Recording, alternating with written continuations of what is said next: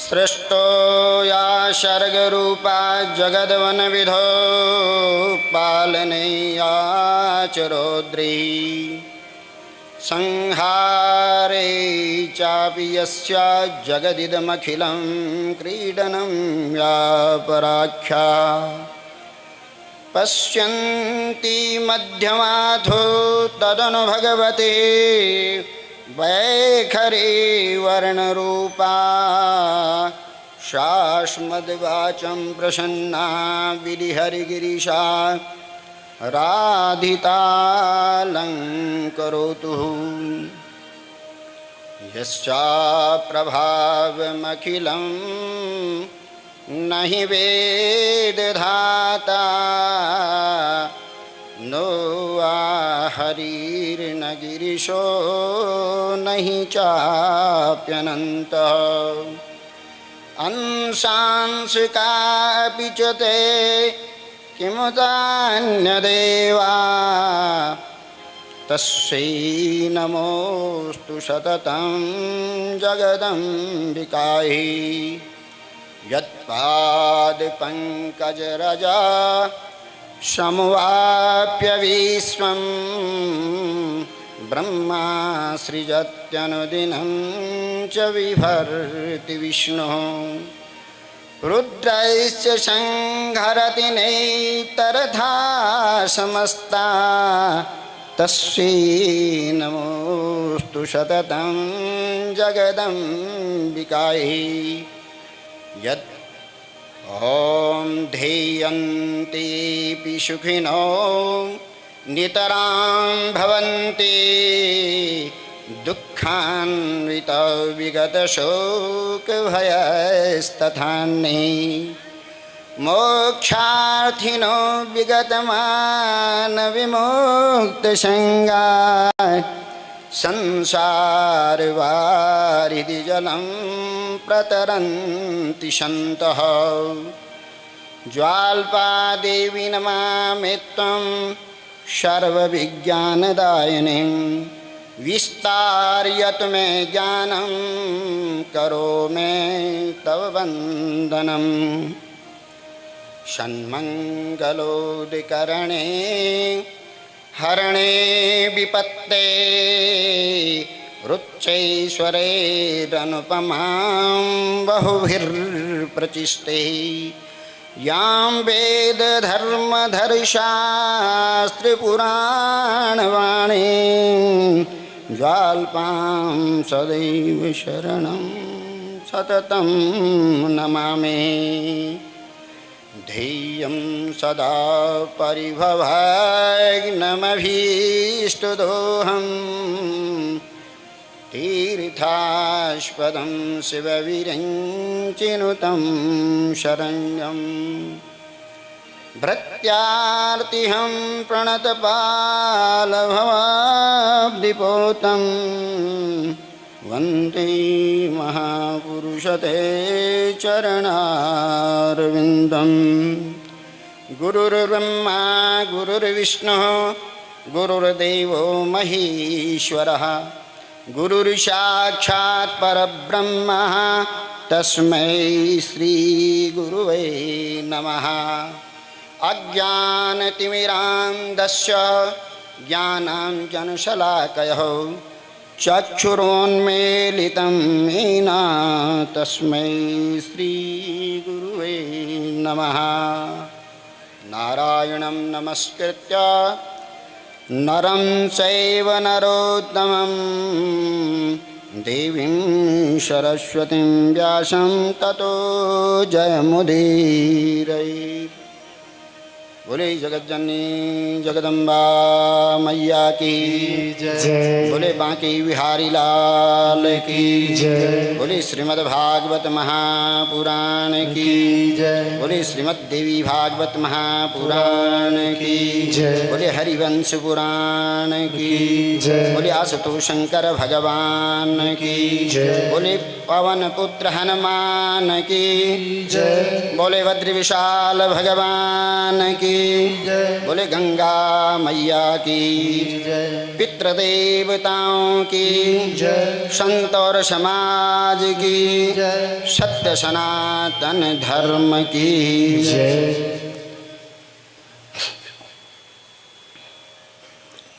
परंपरात्पर अनंत कोटि ब्रह्मांड नायिका सच्चिदानंद रूपणे मणिद्वीपाधिवासने परम्बा जगदम्बा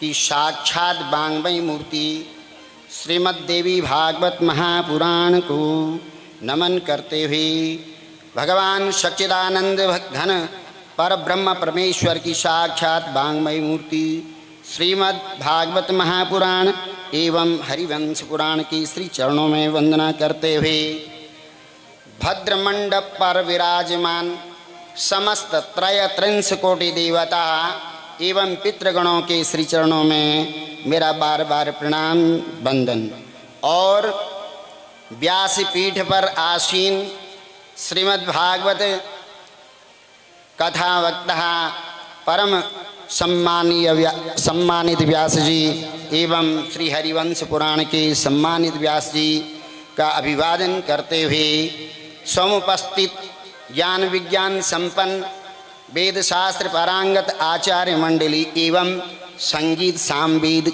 में निपुण समस्त मेरे संगीत के आचार्य वृंद समुपस्थित भागवत कथा प्रेमी सज्जनों भक्ति स्वरूपा माता हों शक्ति स्वरूपा बहनों वात्सल्य की प्रतीक प्यारे बच्चों आज परम्बा जगदम्बा की अनुपम कृपा से पितृदेवता का आशीर्वाद से ये स्थान पर ये नैविशारण का पावन प्रांगण में हमारे पूज्य श्री गुरु जी के एक उद्दिष्ट श्राद्ध उपलक्ष्य में उनके पुत्र समस्त पुत्र एवं पुत्रवधू पौत्रवधुओं के द्वारा अपनी पूज्य माता जी की संरक्षता में और चाची इत्यादि की संरक्षता में इन पुराण त्रय का आयोजन जिसमें श्रीमद् भागवत श्रीमद् देवी भागवत और श्री हरिवंश पुराण का त्रिवेणी का आयोजन कर दिया गया है। मैं नामोच्चारण नहीं करूंगा, मेरे पूज्य गुरु हैं, मैं उनसे दीक्षित हूं और बार बार जो है सबका संबोधन करना भी उचित नहीं बताया गया है, इसलिए आप सभी विज्ञ हैं किसके द्वारा यहाँ पर ये आयोजन कर दिया जा रहा है। समस्त थपलियाल बंधुओं के सहयोग से इष्ट मित्र गणों के सहयोग से आप सभी के अनन्य प्रेम से जो हमारे गुरुपुत्रों के द्वारा ये भव्य महायज्ञ ज्ञान यज्ञ का आयोजन कर दिया गया है, तो सबसे पहले मैं माँ जगदम्बा जगत जननी से प्रार्थना करूँगा जिन जिन दिवंगत आत्माओं की परम शांति के लिए इन पुराणों का आयोजन कर दिया गया है, इन पुराणों का पुण्य उनको प्राप्त हो करके वो भगवान के वैकुंठ धाम को प्रस्थान करें, जिस धाम को जाने के बाद मानव फिर जन्म मरण के चक्रों से हमेशा मुक्त हो जाता है। यद गत्वा न निवर्तन्ते तद्धाम परमं मम, जो भगवान जिसको आप भगवान अपना परम धाम कहते हैं, जिस स्थान को प्राप्त होने के बाद जो है जन्म मरण के चक्रों से अर्थात भवबंधनों से मुक्ति मिल जाती है, उस परम धाम को प्राप्त करें। और जो लोग यहाँ पर जिस रूप में भी सहयोग प्रदान कर रहे हैं, कथा श्रवण कर रहे हैं, दूर दूर से आकर के इतनी भयंकर आतप में भी, गर्मी भी, भीषण गर्मी भी अपना अमूल्य समय दे करके और अपनी शरीर की प्रवाह न करते हुए भगवान का चिंतन करने के लिए, भगवान की भक्ति और भगवान की कथा श्रवण करने के लिए यहाँ पर उपस्थित हुए हैं। मैं सबसे पहले उनका हृदय से आभार प्रकट करता हूँ, उन्हें धन्यवाद देता हूँ, सबका अभिवादन करता हूँ और भगवान माँ जगदम्बा आप सबकी मनोकामना पूर्ण करे। सज्जनों, समय बहुत कम है इसलिए समय के अनुपालन करते हुए मैं आपको कथा प्रसंग की तरफ ले जाऊंगा। बताया गया है न यत्र वैकुंठ पथा सुधापगा न साधवो भागवता तदाश्रया न यत्र यज्ञैर्मखो महोच्युतः सुरेश लोकेऽपि न वै ससेव्यता। ऐसे स्थान पर कभी नहीं रहना चाहिए, कभी भी वास नहीं करना चाहिए। न यत्र वैकुंठ कथा सुधापगः, जहाँ वैकुंठ विहारी माँ जगदम्बा की अमृतमयी कथाओं के रसधार न बहती हो। जिस स्थान पर कभी भगवान की कथाओं का श्रवण करने का शुभ अवसर प्राप्त न होता हो, माँ जगत जननी जगदम्बा की करुणामय की जो करुणा की प्रतिमूर्ति माँ भगवती है, उसकी कथाओं का श्रवण करने का शुभ अवसर प्राप्त न होता हो, और जहाँ भगवान के भक्त वास न करते हो, अर्थात भगवान के नैष्ठिक भक्त जिस स्थान पर निवास न करते हो, जहाँ पर भगवान की भक्ति की प्राप्ति सुलभता से नहीं होती हो, तो वह स्थान बल अगर स्वर्ग के समान भी क्यों न हो। जिस स्थान में कभी भगवान को प्रसन्न करने के लिए, परब्रह्म परमात्मा को प्रसन्न करने के लिए, माँ जगदम्बा को शामनि प्रसन्न करने के लिए यज्ञ और महायज्ञ नहीं होते हैं, मख महोत्सव नहीं होते हैं, वह सुरेश लोक के समान, अर्थात इंद्रलोक के समान, स्वर्ग के समान भी वो स्थान हो बल, उस स्थान पर कभी वास नहीं करना चाहिए। तो आप तो बड़े भाग्यशाली हैं, इस पुण्य क्षेत्र में आकर के पुण्य का आयोजन किया है हमारे माने पूज्य गुरु माता जी की प्रेरणा से उनके पुत्रों ने, और हम सबको इस पुण्य में, इस पुण्य के भाग को प्राप्त करने का शुभ अवसर प्राप्त हुआ है, तो सभी पुण्यात्मा हैं। बताया गया है पुण्य क्षेत्र केवल भारत भूमि है, और उस भारत भूमि में भी उत्तराखंड तो जो है देवभूमि कहा गया, तपोभूमि और देवभूमि, क्योंकि स्पष्ट लिखा है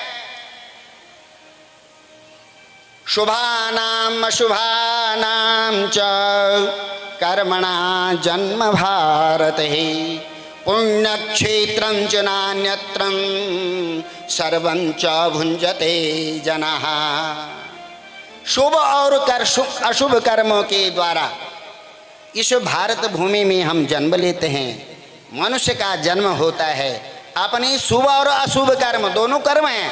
यदि शुभ कर्म है तो जन्म लेकर के मानी हाँ भी शुभ कर्म करेगा। अगर प्रारब्ध सुंदर है, 3 प्रकार के कर्म बताए गए हैं, प्रारब्ध, वर्तमान और संचित। प्रारब्ध कर्मों के द्वारा भाग्य बनता है। जो हमारा भाग्य है वो प्रारब्ध कर्मों से, पूर्व जन्म के संचित कर्मों से। फिर वर्तमान कर्म, जो हम इस संसार में मानव जन्म प्राप्त करके जो कर्म कर रहे हैं, पुण्य कर्म कर रहे हैं, संचित कर्म कर रहे हैं, अच्छे कर्म कर रहे हैं, तो वो वर्तमान कर्म हैं। उनका कुछ पुण्य तो कुछ फल तो यही मिल जाता है। और तीसरे में हम उन कर्मों में से कुछ संचित कर देते हैं। संचित माने बीज रूप में। जैसे हम खेती में अन्न उगाते हैं ना, और अन्न का छेदन करते हैं, और उस अन्न का कुछ भाग जो है सुंदर जो अन्न है, अर्थात उसमें अच्छे अच्छे जो बीज हैं, उनको बीज के रूप में आगे के लिए रख लेते हैं। तो ये हैं संचित कर्म। तो आप तो भाग्यशाली हैं, इस पुण्य क्षेत्र में जन्म लेकर के और बार बार जो है कर्मों का संचय कर रहे हैं, शुभ कर्मों का संचय कर रहे हैं। क्योंकि हमें कर्म बार बार करने पड़ते हैं। भोग करने के द्वारा, स्वर्ग भोगने के द्वारा हमारे जो संचित पुण्य हैं वो समाप्त हो जाते हैं। तो उन संचित पुण्यों को पुनः प्राप्त करने के लिए फिर संसार में आकर के मानव शरीर में आकर के फिर शुभ कर्म करने पड़ते हैं, जो कि आगे हमें प्राप्त होते हैं।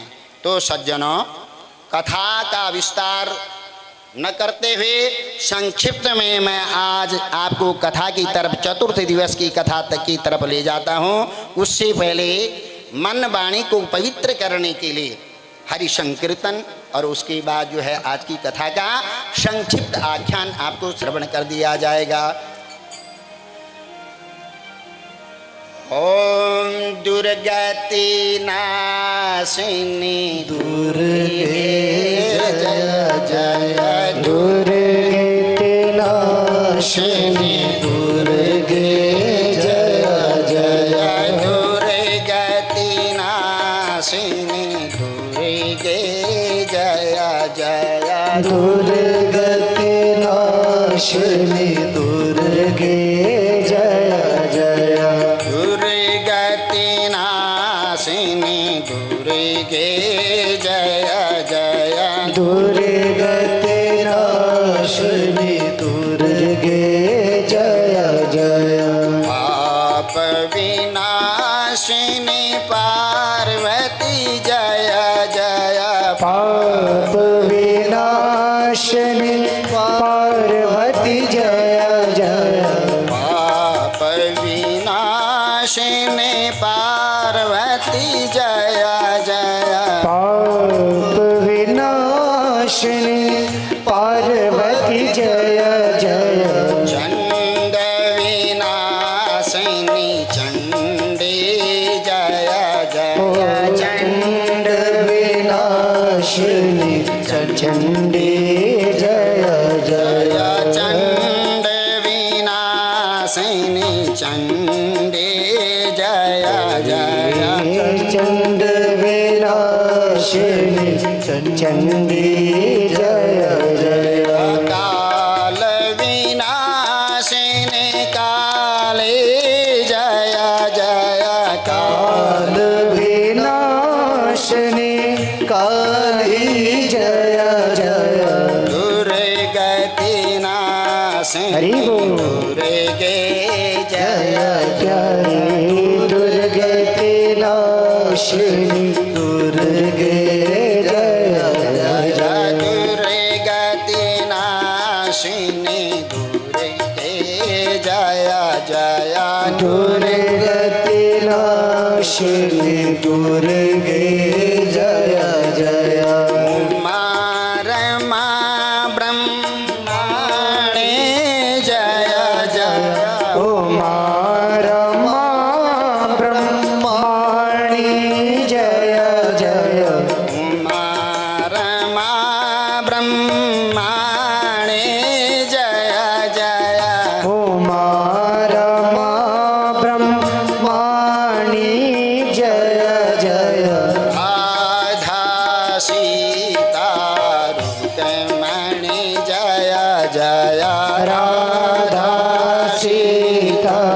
रुक्मणी जय जय राधा सीता रुक्मणी जय जय राधा सीता रुक्मणी जय जय राधा सीता रुक्मणी जय जय राधा सीता रुक्मणी जय जय दुर्गति नाशिनी दुर्गे जय जय दुर्गति नाशिनी दुर्गे जय जय दुर्गति नाशिनी दुर्गे जय जय दुर्गति नाशिनी दुर्गे जय जय दुर्गति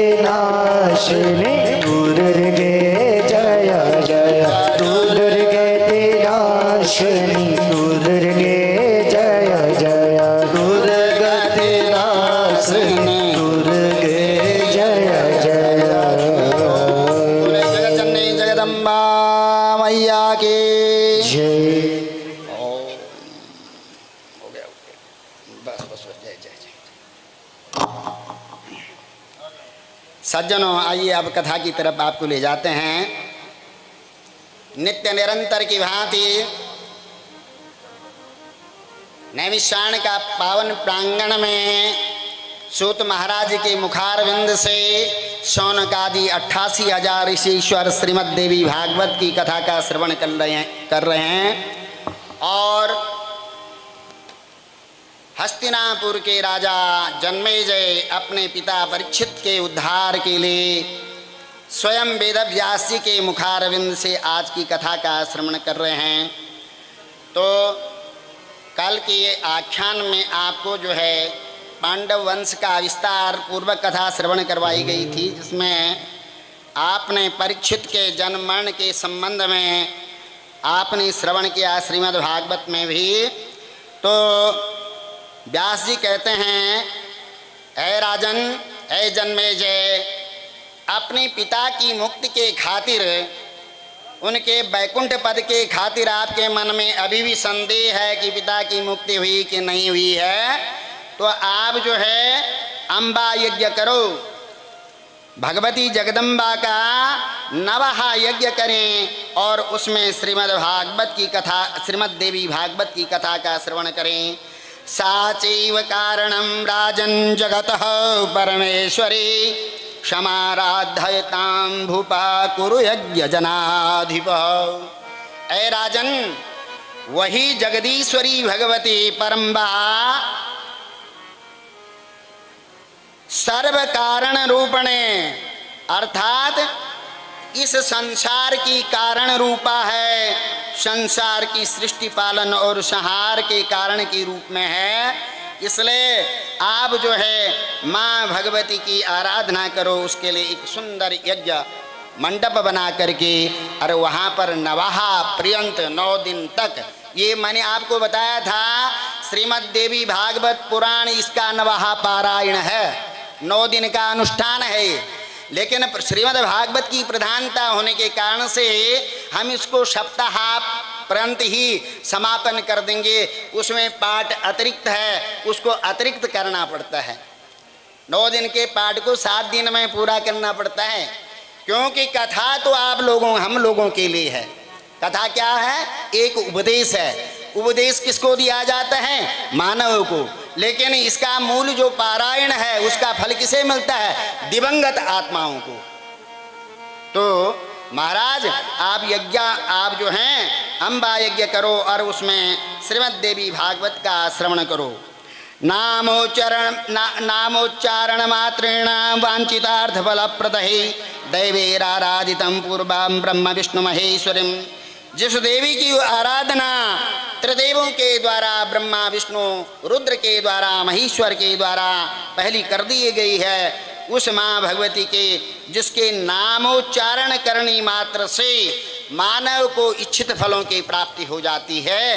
तो ए राजन, आप उस भगवती का जो है अनुष्ठान करो। बोले ददाति वांछितार्थान दुर्लभान अपि सर्वधा ऐ ऐ इति भयार्थिना दृष्ट्वा व्याघ्रादिकं वनै।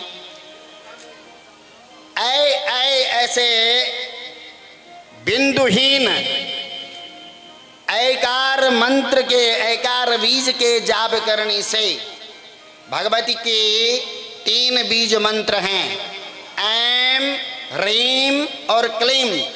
लेकिन किसी ने जो है खाली ऐ का ऐसा उच्चारण किया तो माँ भगवती सरस्वती के रूप में उसकी वाणी में प्रवेश कर गई और मूर्ख को भी विद्वान बना दिया। बोले जगत जननी जगदम्बा मैया की जय। बोले महाराज, हमारे मन में बड़ा संदेह है, मेरे मन में बड़ा संदेह, कौन था वो ऐसा? बोले एक सत्यव्रत नाम के राजा हुए, सत्यव्रत नाम के ब्राह्मण हुए हैं, जो पहले मूर्ख थे, जन्म से मूर्ख हुए, लेकिन भाग्यवशात उनके मुख से बिंदुहीन, जिसको हम क्या कहते हैं? अनुस्वार। बिंदु माने अनुस्वार। बिंदुहीन ऐकार अक्षर का उनके मुख से सहसा उच्चारण हुआ और वो प्रचेता के समान, वशिष्ठ के समान विद्वान हो गए। तो बोले महाराज, वो कौन थे? क्या विशेषता थी उनकी? कथम तुष्टा भवानी शाह सर्वज्ञा सर्वसंस्थिता विस्तारेण वदस्वाध्य कथा में तम मनोहराम।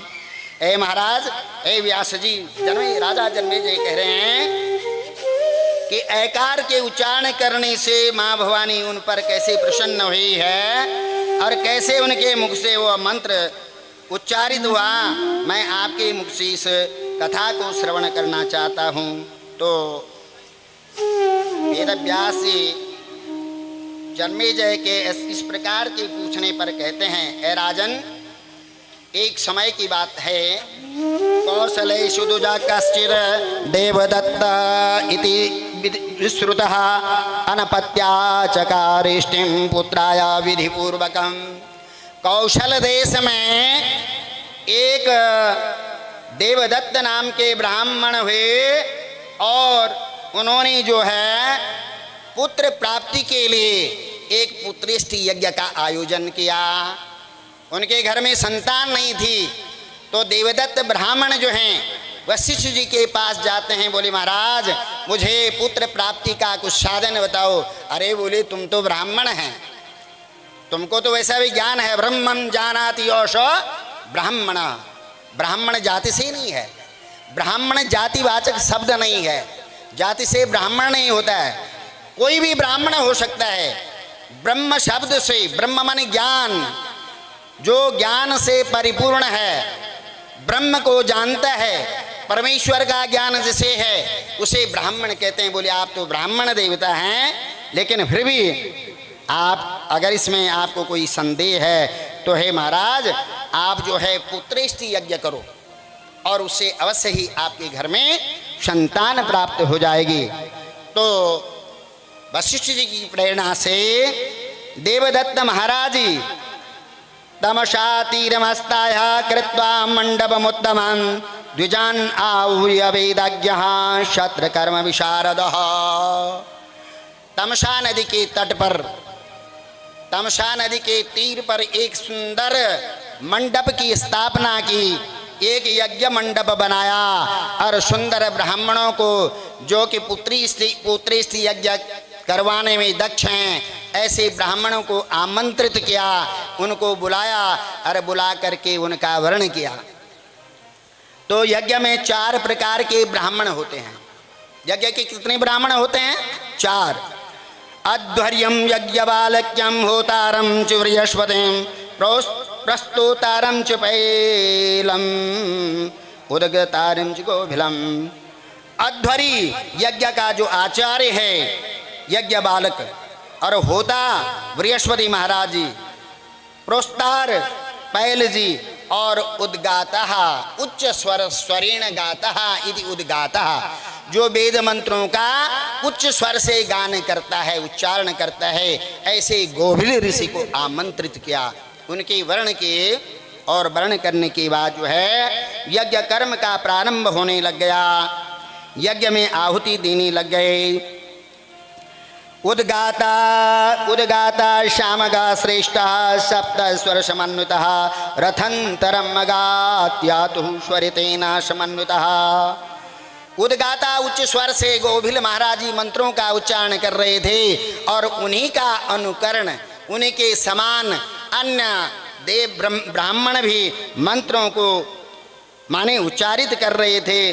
तो इतने में क्या होता है कि काश श्वास के कारण से, यज्ञ अग्नि के धुआं गले में जाने के कारण से, आकाश श्वास के कारण से गोभिल महाराज जी को, गोभिल जो ऋषि हैं, उन्हें खांसी होने लग जाती है और मंत्र का सम्यक प्रकारेण उच्चारण नहीं होता है, अर्थात भली भांति मंत्र का उच्चारण नहीं हुआ। तो कौन थे यज्ञ करवाने वाले? देवदत्त जी ब्राह्मण बड़े क्रोधित हो गए और क्रोधित होकर के कहने लग गए, ऐ ऋषिदेव, मैंने तो सोचा आप बड़े मंत्र ज्ञानता हैं, मैं पुत्र प्राप्ति के लिए यज्ञ कर रहा हूं, लेकिन आप मूर्खों के समान मंत्रों का उच्चारण कर रहे हैं, मंत्र को बीच में छोड़ दे रहे हैं, मंत्र को तोड़ते हैं, मंत्र को खंडित कर रहे हैं, इसलिए मेरा यज्ञ कर्म कैसे संपादित होगा, मुझे इच्छित फल की, इष्ट फल की प्राप्ति कैसी होगी। गोभिल ऋषि को बड़ा क्रोध आता है। बोले महाराज, प्रत्येक प्राणी के शरीर में प्रश्वसन क्रिया होती है, अर्थात सांस लेना, सांस छोड़ना, हर जीव, मनुष्य तो रहा लेकिन जीव मात्र के शरीर में ये प्रश्वसन क्रिया होती रहती है। अब मेरा कोई दोष नहीं है, यदि खांसी के कारण से, प्रश्वसन में मानी कमी आने के कारण से मंत्र का सम्यक उच्चारण नहीं हुआ तो क्या मैं मूर्ख हूँ? आपने मुझे मूर्ख कहा है। एक तो आमंत्रित किया है, फिर मूर्ख करके मेरा अपमान कर रहे हैं, मेरा तिरस्कार कर रहे हैं। अरे मूर्खो भवति ते पुत्रः, जिस पुत्र प्राप्ति के लिए तुम यज्ञ कर रहे हैं वह पुत्र ही मूर्ख होगा। तुम्हारा पुत्र होगा लेकिन होगा कैसे? मूर्ख होगा। इस प्रकार से मूर्खस्ते भविता पुत्र षड शब्द विवर्जितः ते पुत्रः मूर्खा भवति, तुम्हारा पुत्र ही मूर्ख होगा। ऐसा शब्द का प्रयोग जो तुमने मेरे लिए किया है। इस प्रकार से जैसे ऋषि ने क्रोधित होकर के अभिशाप दिया तो देवदत्त महाराज जी गोभील के चरणों में पड़ जाते हैं। बोले महाराज आप तो ब्राह्मण देवता हैं, ब्राह्मण कभी किसी पे रुष्ट नहीं होते हैं। अक्रोधना सत्यवादी जितेंद्रिय, ब्राह्मण की विशेषता है वो कभी क्रोध नहीं करते हैं, सत्य बोलते हैं और जितेंद्रिय होते हैं। तो आपने मेरी छोटी अपराध के कारण से और इतना बड़ा अभिशाप मुझे दिया है। अरे भाई मूर्ख पुत्र होना न होना बराबर है। अगर पुत्र मूर्ख है तो मूर्ख से अच्छा तो न हो तो अच्छा है, पुत्रहीन ही रहना अच्छा है। लेकिन आपने जो अभिशाप दिया महाराज, अरे मुझे क्षमा करो। पहले तो किसी के घर में भी मूर्ख संतान हो, किंतया क्रियते धीनो या न श्रुति न दुग्धधा को अर्थ पुत्रेण जाति नहा यो न विद्वान न भक्तिमान। अरे उस गाय का क्या करना है बल, जिसका वर्षों से पालन पोषण किया और वो कभी न तो दूध देती है न बच्चे को जन्म देती है, अर्थात हमेशा ही बांध्या रहती है। अरे उस पुत्र का भी क्या अभिप्राय है, उस पुत्र से क्या संतुष्टि होगी पिता की? न तो विद्वान हो और न भक्ति वाला हो, न माता पिता की सेवा कारक हो। इसलिए ए महाराज मुझे क्षमा करो, ऐसा मत बोलिए। अरे इस अभिशाप को आप शांत कर दो, इस क्रोध को शांत करके मुझे जो है मेरे पे क्षमा करो, मेरी अपराध का क्षमा मुझे कीजिएगा। तो तब तो गोभील महाराज जी उस देवदत्त के इस प्रकार से क्षमा याचना करने पर कहते हैं कि मूर्खो, ऐ राजन, पहले तुम्हारा पुत्र मूर्ख होगा और मूर्ख के बाद जो है फिर जो है वो पंडित हो जाएगा। मूर्ख होते हुए भी फिर विद्वान बन जाएगा। मैं साप से एकदम मुक्त तो नहीं कर सकता हूँ, ऐसा नहीं कह सकता हूँ कि मूर्ख पुत्र नहीं होगा। जन्म से तो मूर्ख होगा लेकिन उस पर भगवती माँ की कृपा होगी और उस कृपा को प्राप्त करके मूर्ख होते हुए भी वह विद्वता को प्राप्त कर देगा। इस प्रकार से कहा और कहने के बाद जो है वो यज्ञ कर्म समाप्त किया। मूर्खो भूत्वा सुतस्ते वही विद्वान अपि भविष्यति, मूर्ख होने पर भी तुम्हारा पुत्र विद्वान होगा। ए देवदत्त, ए ब्राह्मण देवता, आप जो है भयभीत मत होएं। मैंने आपको जो है जो कह दिया वो अज्ञानवश कह दिया, क्रोध में आकर के कह दिया, लेकिन तुम्हारे अनुनय विनय से मैं फिर शांत हो गया हूँ। कालीन केता तस्या भार्या रूपमती सती गर्भम दधार कालेशा रोहिणी रोहिणी क्षमा।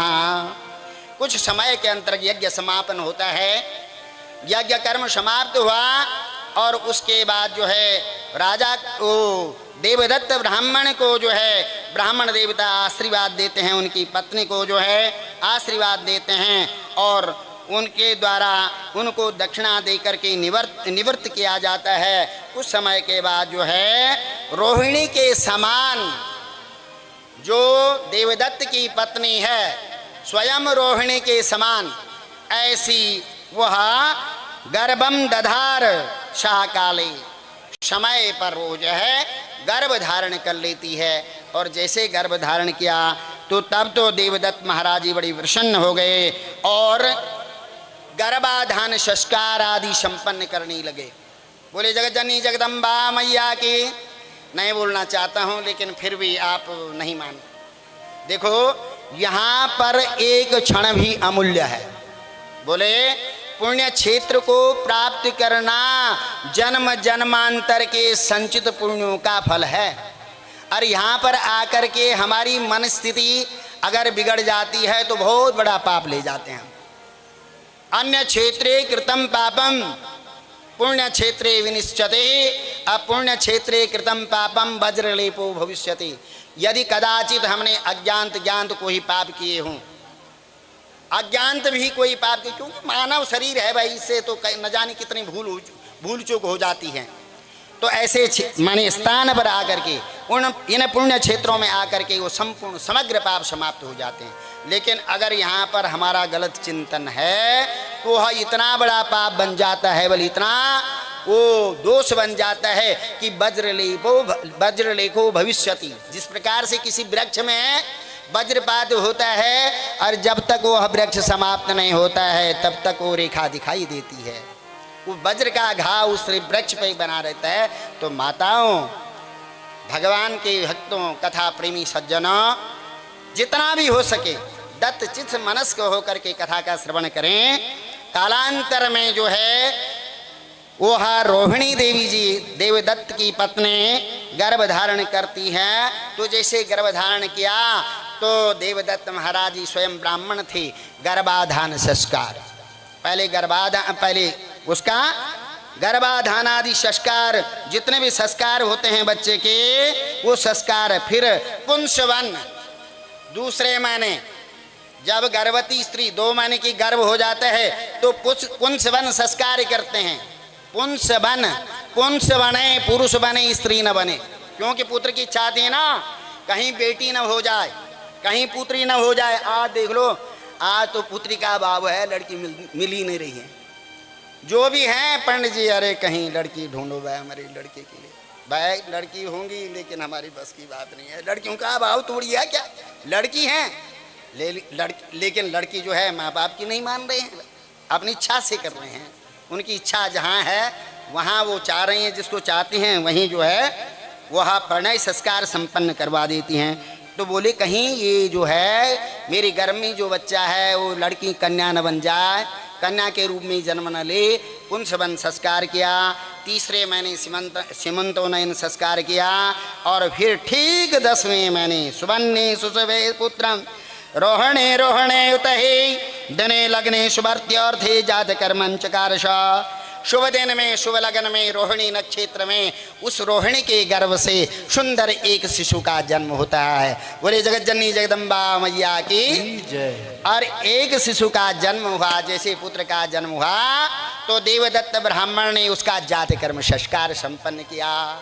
जात कर्म माने नाल छेदन, देखते हैं बोलना, जब तक नाल छेदन नहीं होना तब तक सूतक आदि दोष नहीं होना। जब नाल कट जाना, बच्चा माँ से अलग हो जाता है, नाल कटा माने उसका नाल कट के अलग किया जाता है, तब सूतक प्रारंभ हो जाता है 10 दिन का। उससे पहले जो है पूजा पाठ, उसको कहते हैं बल प्रजातीर्थ। उस समय के लिए क्या कहते हैं, प्रजातीर्थ। अब भागवत में आप श्रवण करेंगे कथा में, जब भगवान कृष्ण का जन्म हुआ तो वसुदेव महाराज जी ने उस कारागार में, उस प्रजातीर्थ में 1 अयुत गायों का दान का संकल्प किया। 10,000 गायों का, मैं 10,000 गाय ब्राह्मण को दान करता हूँ। उस प्रजातीर्थ में जात कर्म संस्कार संपन्न किया। उसके बाद 11वें दिन सूतक निवृत्ति, 10 दिन में जब सूतक निवृत्ति हो जाती है, 11वें दिन जो है बच्चे का नामकरण संस्कार हुआ और उसका नाम क्या रखा, उतथ्य। उतथ्य नाम रख दिया। और इस प्रकार से बच्चा जो है ठीक दिनों दिन वृद्धि को प्राप्त करता है। तो 8वें वर्ष में ब्राह्मण का यज्ञोपवीत संस्कार होता है, क्षेत्र का 11वें वर्ष में, वैश्य का 15वें वर्ष में। तो 8वें वर्ष में जो है उस बच्चे का जो है यज्ञोपवीत संस्कार प्रारंभ किया। सचाष्टमे तथा वर्षे शुभे वै शुभवासरे तस्य उपनयनम कर्मं चकार विधिवत पिता। स्वयं पिताजी ने गुरु बन करके, मेरे तो परम गुरु जी जिनके मुझे दीक्षा दे रही है, दीक्षा जिन्होंने मुझे दीक्षा दी है, वो आज दिवंगत आत्मा उन्हीं के निमित्त ये कर्म कर दिया जा रहा है। ये शुभ कर्म, ये पुण्य कर्म, ये महायज्ञ, ये जो ज्ञान यज्ञ है उन्हीं के निमित्त किया जा रहा है। तो वैसे माने उन्होंने स्वयं अपने पुत्र का गुरु बन करके नाम माने उनका यज्ञोपवीत संस्कार किया, और यज्ञोपवीत संस्कार देने के बाद करने के बाद जो है उनको वेदों की शिक्षा देने लगे। तो वेद का सबसे पहले क्या है? प्रणव। प्रणव माने ओंकार। पहले हमें पढ़ाया जाता था, हमने पढ़ा ओम नमः सिद्धम, ओम नमः सिद्धम, व नमः सिद्धं। और आज बच्चे क्या सीख रहे हैं? ABCD पहले पढ़ाया जा रहा है, ABCD। और हमको पढ़ाया जाता था, हमको पढ़ाया है ओम नमः सिद्धम। जिसमें प्रवेश कर रहे हो वह प्रणव ब्रह्मा विष्णु और शक्ति से युक्त रुद्र भगवान, तीन त्रिगुणात्मक देवताओं की शक्ति से युक्त वो प्रणव तुमको सिद्धि की प्राप्ति करे। अर्थात जिस मार्ग में तुम प्रवेश कर रहे हैं उस मार्ग में तुम्हें सिद्धि प्राप्त हो, उस भविष्य की प्राप्ति हो। तो तथ्य नाम रखा और यज्ञोपवीत संस्कार किया और स्वयं वेद पढ़ाने लगे।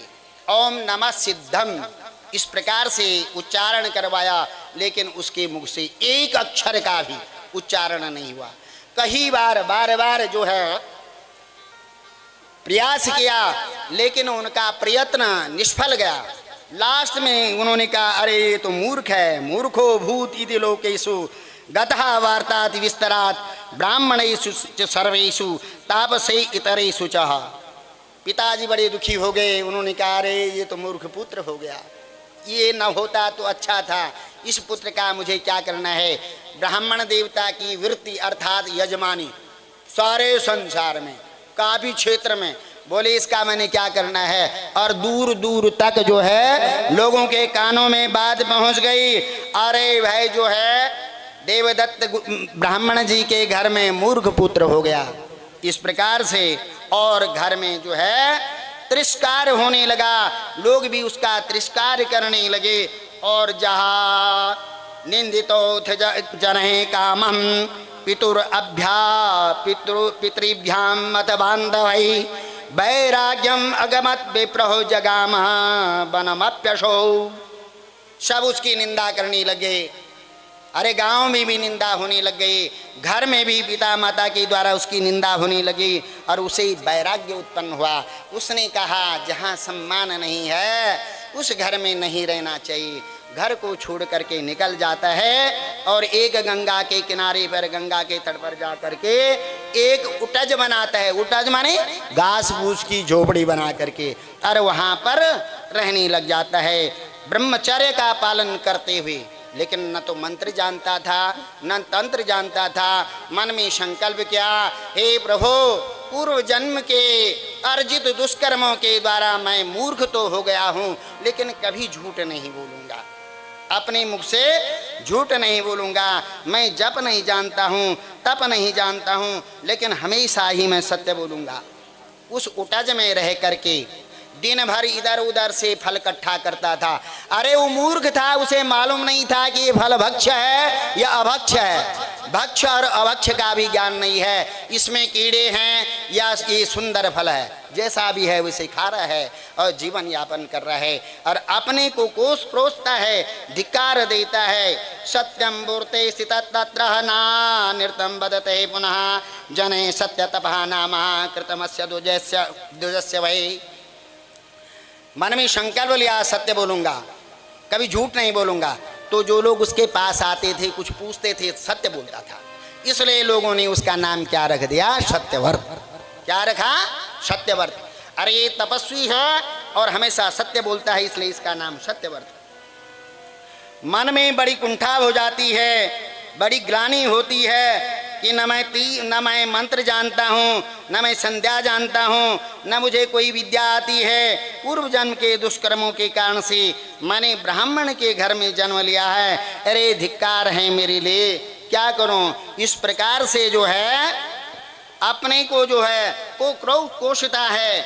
एवं चितश्च तु वने विमलोदके वै वर्षाणि तत्र नव पंचगतानि कामं नाराधनं न च जपं न विदे विवेद मंत्रं कालातिवाहन असौ कृतवान बने वै।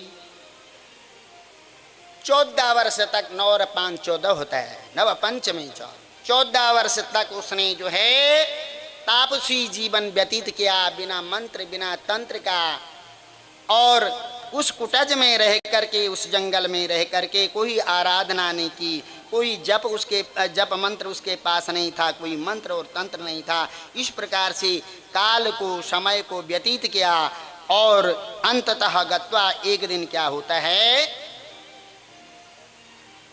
एक दिन जो है एक आखेट करने वाला कोई शिकारी, एक व्याध जंगली पशुओं का मारते हुए, जंगली पशुओं का आखेट करते हुए अनेक पशुओं पर बाण से अनेक पशुओं को बीतते हुए और उस जंगल में विचरण करने लगा। और उसके बाणों से आहत एक सुअर, अनेक सुअर मृग भागते हुए और उस सत्यव्रत के आश्रम की तरफ निकलते हैं। जैसे सत्यव्रत के आश्रम की तरफ आते हैं, देखा उसने कहीं जीव कहीं सुअर जिनके शरीर में बाण चुभ रखा है और वहां से रक्त की धार निकल रही है। सहसा उनके दुख से, उनकी वेदना से, उनके कष्ट से, उसके मुख से सहसा आई आई आई ऐसा शब्द उच्चारित होता है। जैसे हम किसी माने अप्रिय घटना को देखते हैं और तब जो है बड़ी दुखी होकर कहते हैं अरे बड़ी अनिष्ट हो गया है, ये तो अनिष्ट घटना है। ऐसे आई आई शब्द का उच्चारण किया और वो भी क्या था, बिंदुहीन, उसे मालूम नहीं था। और वो क्या था, वो आई शब्द सरस्वती का बीज मंत्र, माँ सरस्वती का बीज मंत्र, ऐसे शब्द का उच्चारण जैसे होता है तो माँ सरस्वती उसके हृदय में, उसकी वाणी में प्रवेश करती है। जिस अभिशाप से वह मूर्ख हुआ था उस अभिशाप से भी मुक्त हो जाता है। उस ब्राह्मण के, गोभील महाराज के अभिशाप से मुक्त हो करके उसकी वाणी पवित्र हो जाती है। और इतने में जो है तत् एक निषाद अग्रे वर्जंत रुदिराद्र देहम दृष्ट्वा मुनेषु करमाशु विद्धम दयाविवेशत अधिकंपमानम सारस्वतम बीजमथोच्चारः।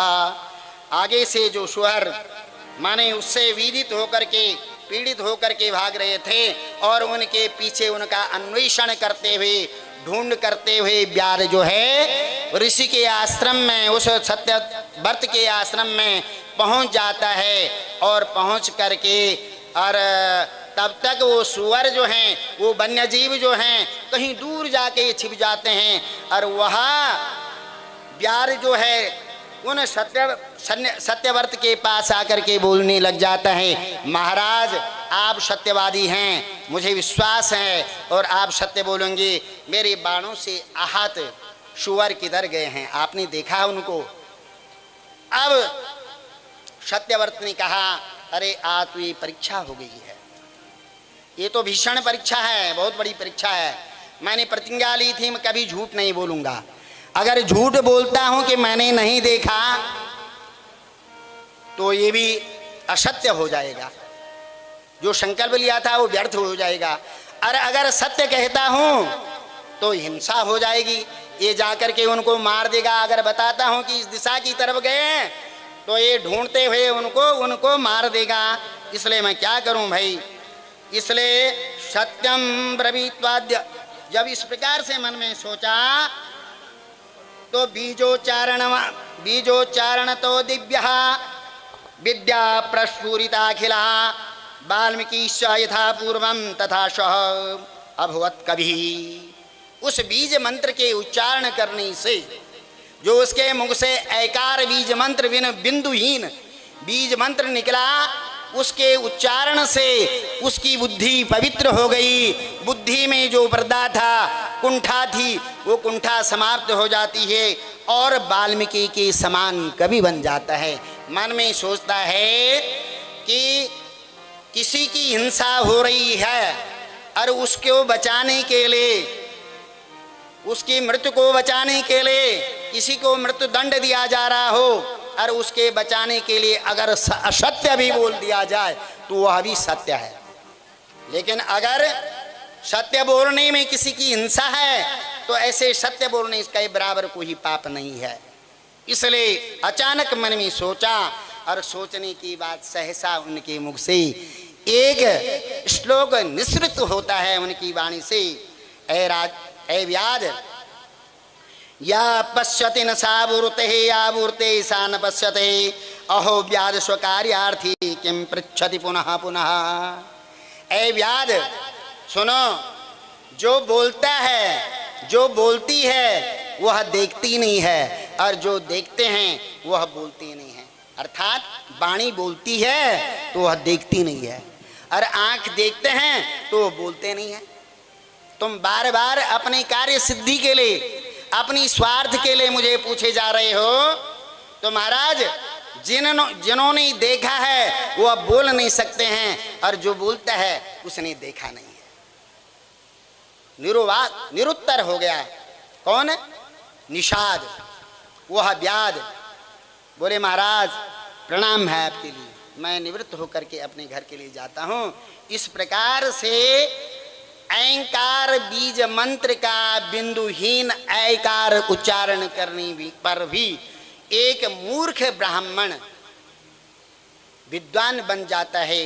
माँ सरस्वती उसकी जिह्वा में प्रवेश करती है और उस दिन से सारे संसार में उसकी चर्चा होने लग जाती है कि अगर विद्वान हैं तो सत्यव्रत जी हैं। कोई भी निर्णय करने के लिए घर पे पिताजी ने सुना कि मेरे बेटे को सिद्धि की प्राप्ति हो गई, जाते हैं उसको घर सादर पूर्वक अपने घर पे लाते हैं, उत्तराधिकार उसको देते हैं और स्वयं वानप्रस्थ लेकर के प्रस्थान करते हैं। बोले जगत जननी जगदम्बा मैया की।